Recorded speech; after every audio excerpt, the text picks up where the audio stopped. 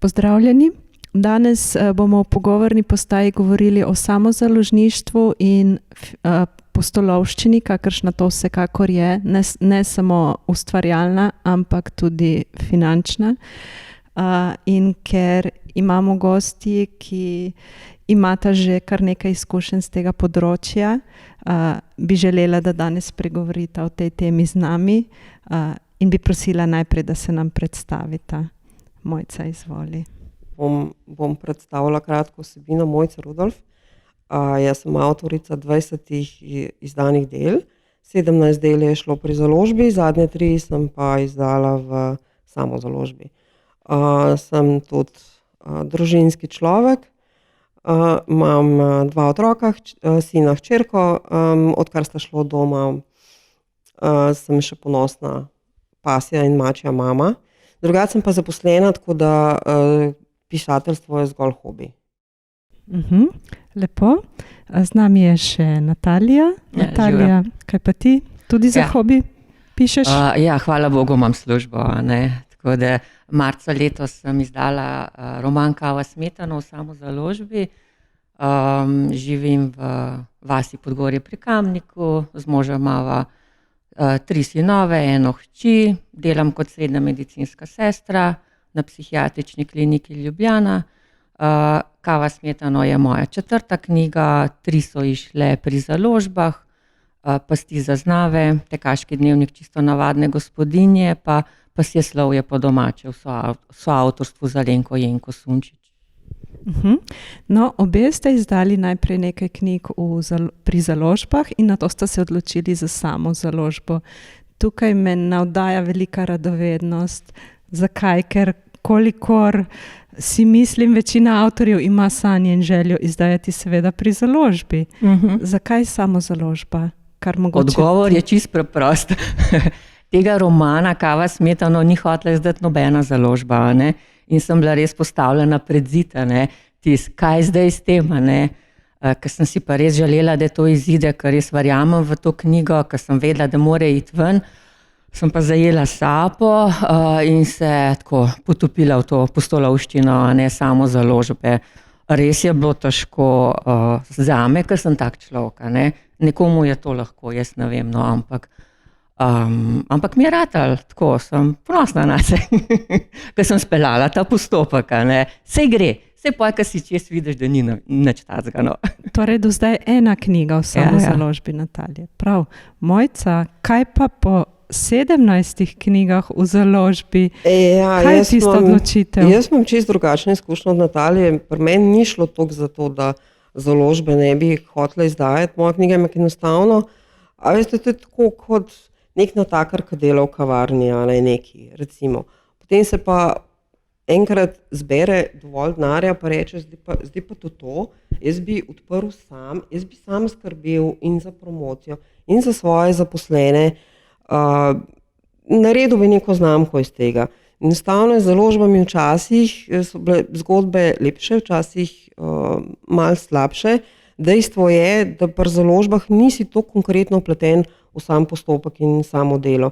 Nimaš toliko vpliva na promocijo, vse v bistvu prepuščaš založbi, kar mogoče po eni strani je zelo fino, odvisen kakšen človek si, po drugi strani je pa zelo zanimiv izziv sam se ukvarjati z vsem, od prvega postopka do končnega.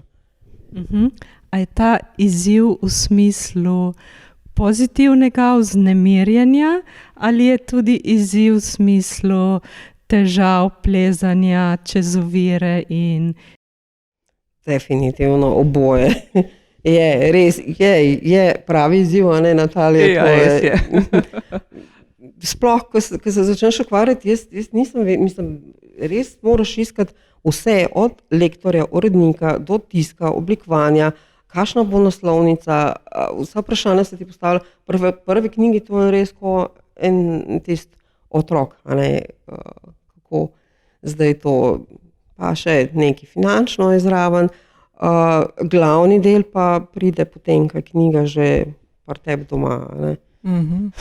Pa to registrirati samo založbo, gre iti skozi vse une papirje na Fursu, Jaz še spomnim tega dneva, kako sem jaz, skoraj so mi možgani pregoreli, ne, res kaj moram tam navesti, ker takrat smo bili zaprti, in nisem mogla iti na davčni urad, da bi mi tam ena gospa to izpolnila, tako da sem še mail poslala eni gospe na davčni, da je lažje knjigo napisati, kot pa registrirati samo založbo. Pa mi je naslednji dan me kar poklicala, pa je rekla, vse ste prav naredili. Sem rekla.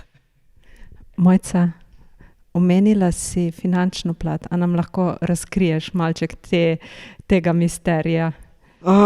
Ja, to mogoče zgleda zelo poceni ali pa zelo drago. Zdaj, res odvisen je od vsakega avtorja, ki knjigo napiše, prvič kaj pričakuje, drugič pa koliko bi rad v njo vložil. Zdaj, jaz zadnje čase imam zelo veliko kontakta z ostalimi samozaložniki. Na Facebooku smo odprli tudi svojo skupino za samozaložnike, kjer lahko dobijo vse informacije in kjer zbiramo na nek način lektorje, urednike, oblikovalce, tiskarje, knjižne blogerje tudi, kjer je odvisen, kakšnega lektorja hočeš. Zelo dobro je imeti urednika, ker avtorju je knjiga, ja, super, fino, fajn, ampak urednik je tisti, ki reče, da tole ni logično. Mislim, na začetku imela blond lase, zdaj nekje nesred ima že rjave lase. Tako da res knjiga dobra, izdana v samozaložbi, velikih je res dobrih.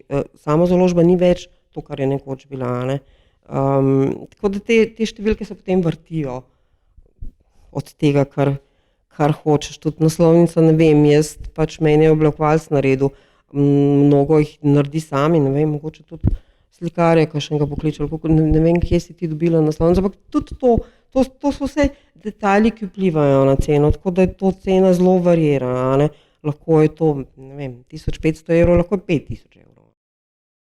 Ja, odvisno tudi od formata knjige, od debeline knjige, Če imaš ti eno tako srednje dolgo knjigo, dejansko prideš tudi s 1000 evri, tako snamaš naslovnico z interneta, čisto legalno, recimo, Drugače, taka knjiga je pa kar, je pa malo več, ampak nekako ne moreš, da ne bi tega vložil not. Hočeš imeti dobro naslovnico, Meni jo je sin naredil, tako se je kar mučil, da sem bila zadovoljna. Ampak je dobro, Ampak, ko knjigo primaš v roke, mora biti že z naslovnico, mora kazati, kaj je, oblikovanje, prelom, recimo, na tisk.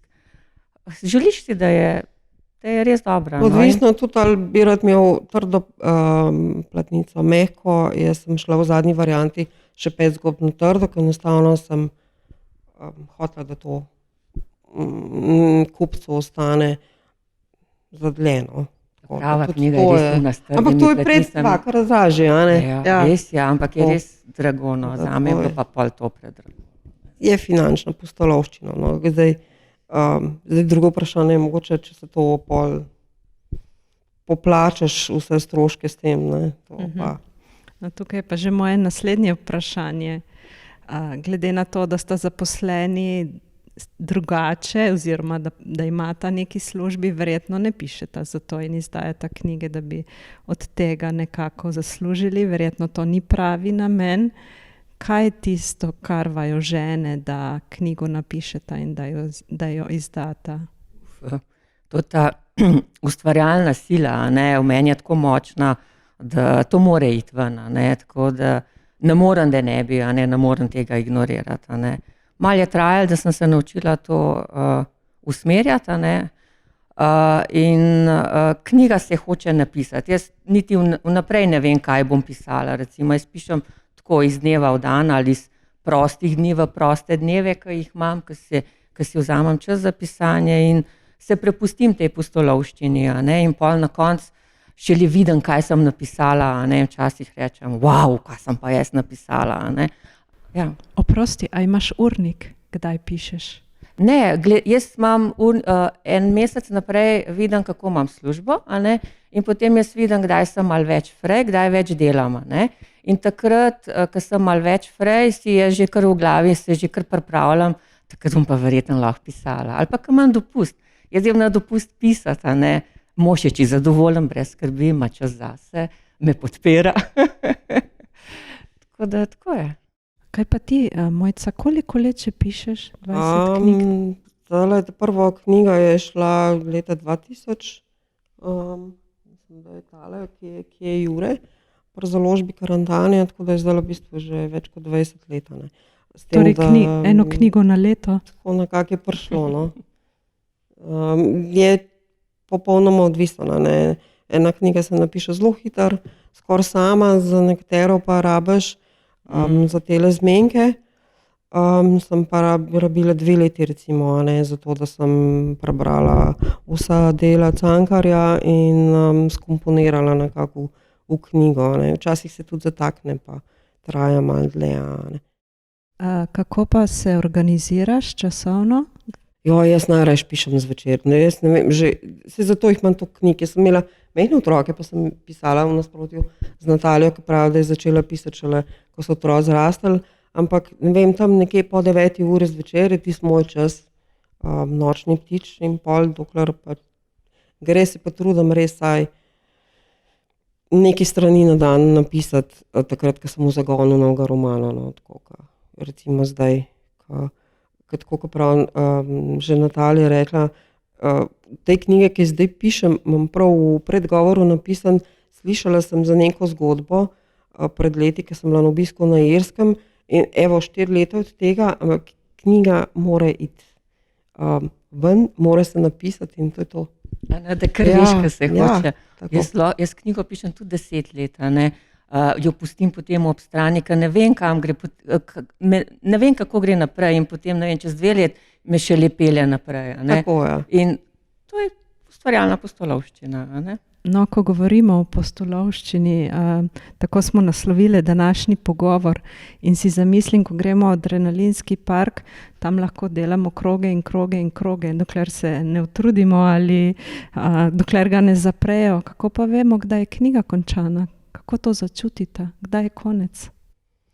Jaz sem prebrala glih letos eno knjigo, mislim, da je ta Rumeni svet, kjer je napisal, zelo mi je dal misliti, če nimate konca, pa boste zelo težko napisali knjigo. Tako da v bistvu, ko se knjiga piše, vsaj v mojem primeru je tako, mi je nekje ideja postavljena od začetka do konca, tako da v bistvu že vnaprej vem, na kakšen način. Sej, med tem, ko pišeš, se potem izkaže čisto drugače, zvije lahko čisto drugo smer, ampak načeloma je pa ideja za knjigo od začetka do konca postavljena. Težko se usedeš pa rečeš, zdaj bom pa nekaj napisal. Ne. Najprej je navdih ideja. Pri meni je malo drugače. Dejansko se še spomnim, kako sem začela to knjigo Kava smetano pisati. Dejansko nisem vedela, o čem bom pisala in sem se usedla in sem začela. To je kar vrel iz mene, to je res tak doživetje. Ampak jaz vem, če bi jaz vnaprej vedela, o čem bom pisala, recimo o soočanju s smrtjo, jaz si tega ne bi upala napisati. Meni bi bil to prevelik projekt, jaz bi se ustrašila. Tako sem pa pisala iz dneva v dan in pol je pač do tega prišlo tako postopoma, da sem zmogla. Če ne bi bilo za kakšen projekt, za kakšno knjigo, bi bilo preveč, da bi že vnaprej vedela, kakšen bo konc. No. In tisti dan, ko si napisala zadnjo besedo, si vedela, da je konec? Seveda, ja. Res. In to je bilo tako, res tisto zadovoljstvo, kar na koncu enega popotovanja. Sicer zadovoljstvo traja malo časa, ko potem greš v drugo fazo. Zdaj moram pa to knjigo izdati. Kako bom jaz to naredila? A lahko kdo drug naredi to namesto mene? Kako pa potem, ko knjiga izide, če zdaj ta postopek malček preskočimo? Ja, super, držiš knjigo v rokah, si spet par dni srečen, pa tisti, moram pa reklamo delati za knjigo, kako bom pa jaz to naredila? Kako promovirati knjigo? V bistvu moraš promovirati na nek način sebe, svojo zgodbo, da si pa res totalen frajer, ki si napisal tako knjigo, pa je to težko. Jaz sem knjiga je knjiga, knjiga je lahko mojstrovina, jaz sem pa človek. Tako da promocija je kar težka, ampak sem se tudi to veliko naučila. Računalnik, YouTube, Facebook, Instagram, mrske še zmerno znam, ampak FB Live, Zoom, kaj sem jaz vse se naučila. Mukoma za to knjigo. Zase tega ne bi naredila, Za knjigo pa sem, recimo, ne, tako kot za svojega otroka narediš ne vem kaj, ne, kot zase nikoli, ne. No, ampak to je šele prva v samozaložbi, kaj ne? Ja, pa zdaj pa že veliko znam, zdaj bo šlo lažje, to bo zdaj že druga, zdaj že v prvi, druga v samozaložbi, no, čaka. Ja. Aha, je že nastaja. Ne, čaka, zdaj se moram za lektorca odločiti. Dobro. A bi nam Mojca ti še kaj o promociji povedala? Promoviranje knjig je tako ena zelo specifična zadeva, bom jaz rekla, to ni tako kot za tabo, sploh kot samozaložnik, praktično ne stoji nihče. Nisi Milka, da bi imel celo korporacijo, pa imaš pa tukaj dva efekta, ne. Prvi je, da knjiga, ki je nihče ne bere, je na nek način mrtva knjiga, ne. Zaprav, bralci morajo najti tebe, morajo izvedeti zate. Drugič, ko se samo promoviraš, nekje sem zadnjič brala, na enem forumu je bil en komentar, ja, knjiga se prodaja sama, ne rab influencerjev. Aha, ne gre tako. Zdaj najdi tisto pravo mero, da ne prideš komu, a spet ta teži s to knjigo. Res je, da največ je vreden beseda knjižničarke, ker jo knjižnici svetuje, potem prodajno osebje v založbah, seveda, absolutno, ko pride v založbo, ampak mogoče te forumi, knjižni črvek na Facebooku, kjer bralci priporočajo, pa že to pri slovenskih knjigah je malo specifike, ne. Tako da najdete treba neko to pravo mero, seveda je pa prvi pogoj, pa da je knjiga všečna, ne. Da veš, za katero ciljno publiko, na koncu koncev pišeš zdaj. Jaz imam 2 mladinski knjigi, Zmenki pa Prelomno poletje. Sicer za Zmenke velja, da je prebral, mislim, da več odraslih kot mladih, ampak tudi to je vedeti, kam se obrniti, da boš šel zdaj ti na šolske knjižnice, jaz sem se obrnila na revijo Kul, ne, kjer so objave v teh 2. Še 5 zgodb so zgodbe, spet je specifika, ne. Moraš vedeti, na katero ciljno publiko, kam se obrniti, ne. Tako da promocija je zelo zagonetka, no, knjige. In je učenje, kako je rekla Natalija, na vseh področjih, tam probavaš, kaj bi probal, da bi. Ja, tako jaz, ki pišem, in jaz, ki sem tisti, ki moram knjigo prodati, to sta 2 ločeni osebi. To je čist drug svet, ne. Si Natalija poiskala pomoč kakšnega distributerja pri prodaji? Ja, distributerja moraš imeti, da ti da knjige v knjižnice pa v te knjigarne, a ne, to ja. Lahko se tega posla lotiš tudi sam, konec koncev sam moraš res vedeti, da moraš imeti veliko časa, a ne, da boš ti hodil od ene do druge knjižnice, tako da z tega razloga sem tudi jaz poiskala distributerja, ki je konec koncev tisti, ki ima največ šolanih ljudi za to, a ne, zakaj bi se ukvarjala še s tem. Tako da distributer je čisto fina zadeva za samozaložnika, no, priporočam, kakorkoli, a ne. Knjiga pride v vse knjigarne, v celo Slovenijo, vse knjižnice, v relativno kratkem času. Torej, obe imata podobno zgodbo, najprej smo rekli izdajo v založbi, potem v samozaložbi, obe pravita, da je ta pot izdaje v samozaložbi težka in zahtevna, kar verjamem. Boste še ponovili v samozaložbi? Boste nadaljevali tako? Jaz definitivno. Če sem začela s prvo in potem drugo in tretjo in zapišem 4. ne vem, na nek način ne razmišljam več. Prvič zato, ker knjigo napišeš, bi mogoče tudi rajiš krajši čas izida.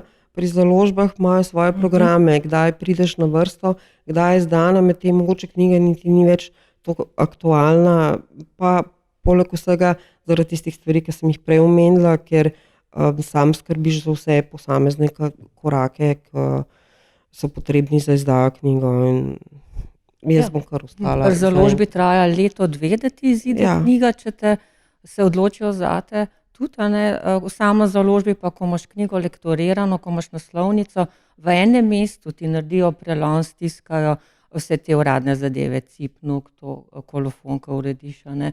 V bistvu dejansko v enem mestu gre to ven lahko. Gre hitro. Ne? Kaj pa bi svetovali recimo nekomu, ki prvo knjigo želi izdati, da tudi poskusi v samozaložbi? Recimo, če bi se vi dve zdaj povrnili nazaj lahko k svoji prvi knjigi, bi zbrali že pri prvi knjigi lahko tako Jaz se spomnim, jaz sem razmišljala pri prvi knjigi leta 2012, a ne, ampak si nisem upala zaradi finančnega vložka, a ne, sem res razmišljala, ker 1000 evrov takrat nisem mogla dati, a ne, pač otroci so bili še majhni, pa tako, mislim majhni, ne, niso bili, ampak družinski proračun tega ni več, nisem upala obremeniti se, no. Pa jaz sem imela še miselnost, da če ti založba ne izda knjige, to pomeni, da tvoje pisanje ni tako dobro, da bi lahko šlo ven, a ne. Meni je bila to potrditev, da je moje pisanje nekaj vredno, a ne. Tako da odvisen, kakšen je ta pisatelj, kako hoče prvo knjigo izdati. To je definitivno res, ne. Čeprav prvi založnik v Sloveniji je bil že Primož Trubar, a ne. Zdaj včasih založb ni bilo, a ne. Bili so meceni, tiskarji v glavnem, ali pa kakšni, ki so imeli veliko pod palcem, da so to izdali, tako da založbe v bistvu v zadnjih 100 letih je res, da ima avtor takoj večji renome, če izda pri založbi. Zdaj, mislim, da se miselnost počasi vseeno spreminja, da knjige izdane so za samo založbi, da so dobre knjige, ker vsak dobro poskrbi. Zdaj, kaj bi svetovala nekomu, ki bi rad izdal knjigo? Ja, vsekako, če bi rad potrditev založbi, kot je Natalija, tudi jaz sem jo rabila, s tem, da 20 let nazaj ni bilo 1000 evrov izdaja knjige, ampak je bil to velik strošek, niti samo založništvo praktično takrat ni bilo, a ne. Če pa bi rad imel v krajšem času, če prepričan v knjigo, pa tudi samo založba, samo je odvisen, iz katerih razlogov se nekdo odloči za samo založbo. To sem hotela reči, naj se vpraša, zakaj si želi izdati knjigo, ne? Kakšni so njegove želje, interesi. Ja, ne? Če bo rekel, zdaj pa jaz grem izdati, pa bom od tega Slava živel. in denar. Mogoče komu rad, verjetno enemu na 5 let mogoče bi uspevali. Izjeme so vedno verjetno. Definitivno. Kako se pa ta vložek, finančni vložek povrne potem s prodajo, se nekako izide? Ja, pravijo, da naj bi se ti v enem letu povrnilo, ampak odvisen, koliko vložiš knjigo. Samo te stroški, ki jih imaš za izdajo, ne to, koliko je tvojega dela noter. Ne? Ja, finančni vložek. Meni se je polovica povrnila, ker sem pač šla v malo dražjo izvedbo, ne pa ker je knjiga debelejša. In pač ne bom šla na počitnice na Maldive, ker si tega niti ne želim, pač to je to, kar sem si jaz uresničila. Pač tako je. Dejstvo je, da s prodajo ene knjige definitivno dobiš pol leta, enem letu, kot je rekla tudi Natalija, tolikšen vložek nazaj, da si lahko privoščiš vse od A do Ž za naslednjo knjigo. No. Res pa je, da nekih avtorskih honorarjev pri teh pa ni zdaj toliko hudega zaslužka, da bi rekel, da pišem zato, da lahko od tega živim. No. Pišeš zato, ker moraš, ker to mora iti ven, ne, in nimaš kaj, no. Kako pa potem, recimo, kako bi rekli, kako začutita, da je knjiga dosegla ta svoj namen, da je njeno poslanstvo izpolnjeno in hkrati, da vidve začutita tisto zadovoljstvo? Jaz sem bila izjemno vesela 14 dni nazaj, ko sem dobila za Zmenke priznanje za najboljše samozaložniško prozno delo v letu 2020. Predvsem zato, ker sem vanjo vložila Čestitke. Hvala. Čestitke, ja. 2 leti dela, branje vseh Cankarjevih knjig, lektorico izjemno dobro, ampak predvsem je potrditev bila od vseh, ki so brali, odraslih bralcev, jaz grem pa zdaj poiskati enega Cankarja, pa ga grem prebrati. To me to navdušenje nad tem. Tudi od knjižnih blogerjev ista mnenja. Recimo pri Prelomnem poletju, ki sem si pa našla še ena dobra ideja, mogoče za tiste, ki pa ne bi urednika, Našla sem si predbralce, in sicer Najstnice, ker je to najstniška knjiga za dekleta. Na Knjižnem črveljku sem objavila, javilo se je res ekstremno veliko najstnic. Dejansko jih je bilo nekje okoli 15, ki je knjigo prebrali. In napisali, ne morete verjeti, pri svojih 13 do 15 letih izjemne prav ekspertize v knjigi, kaj je dobro, kaj ne, kaj bi se dal. In tako naprej. In ko mi je ena napisala, to je najboljša knjiga, kar sem jih kdaj brala, s tem, da knjiga ni bila niti lekturirana, niti pregledana s tisto, kar sem napisala, se je matrala. In to je tisto, ki je pa res zadoščenje za neverjeten, no, ki ti da tisti navdih za naprej. Ja. Prav je, če samo enemu človeku polepšaš dan, je tvoj namen dosežen. A se strinjaš? Ja, res je, ja. Jaz pa pri knjigi začutim, ker sem sama, kot prvo moram biti sama zadovoljna z njo, jaz sem zelo kritična, ne. More mi začutiti, da je ta prava, ne. In v bistvu vedno jo tudi za 3 mesece pustim, nič naberem, ko mislim, da je dokončana, in potem jo s svežimi očmi še enkrat preberem, in ko se mi zdi, da je ta prava, imam isto testne bralke, a ne, in potem vidim, če je knjiga že za sveta, ne. In namen je dosežen, ko sem jaz recimo kot prvo jaz zadovoljna, potem pa seveda te odzivi bralka, ne. Ker običajno smo ženske tiste, ki veliko beremo, ampak lepo je slišati te pohvale, kako nekomu pomeni to tvoje pisanje tega. Hvala Bogu, s Facebookom recimo dobiš zdaj tudi te komentarje, ki jih prej ni bilo, a ne. In mi je toplo, ja, mi dober teden, no. No, tukaj so v tem času dobrodošli tudi knjižni blogerji, ki jih tudi v mojih prvih začetkih ni bilo, a ne, pa so zdaj zadnje leto res aktivni,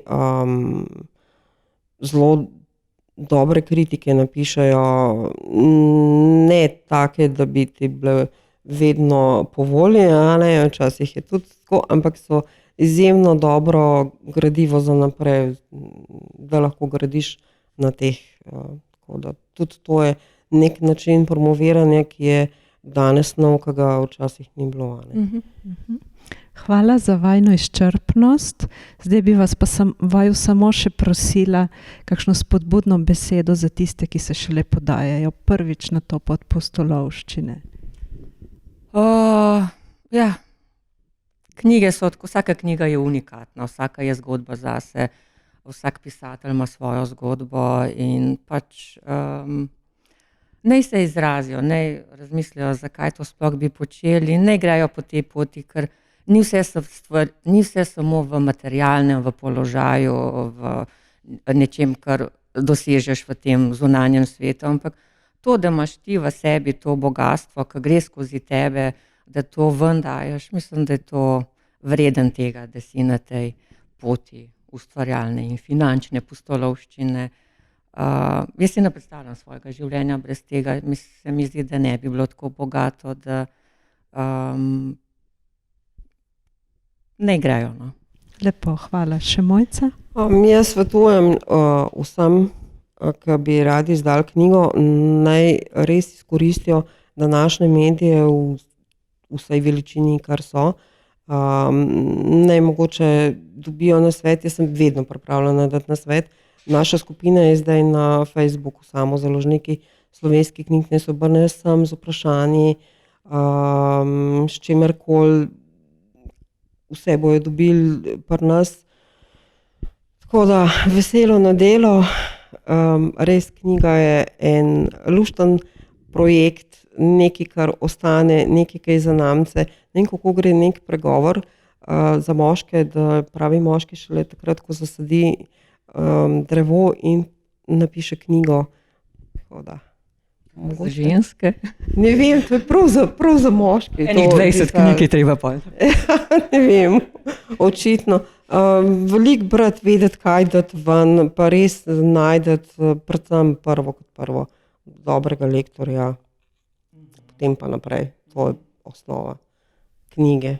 Torej, veselo na delo, tudi vi dve. Veliko lepih poti, veliko lepih pustolovščin še naprej.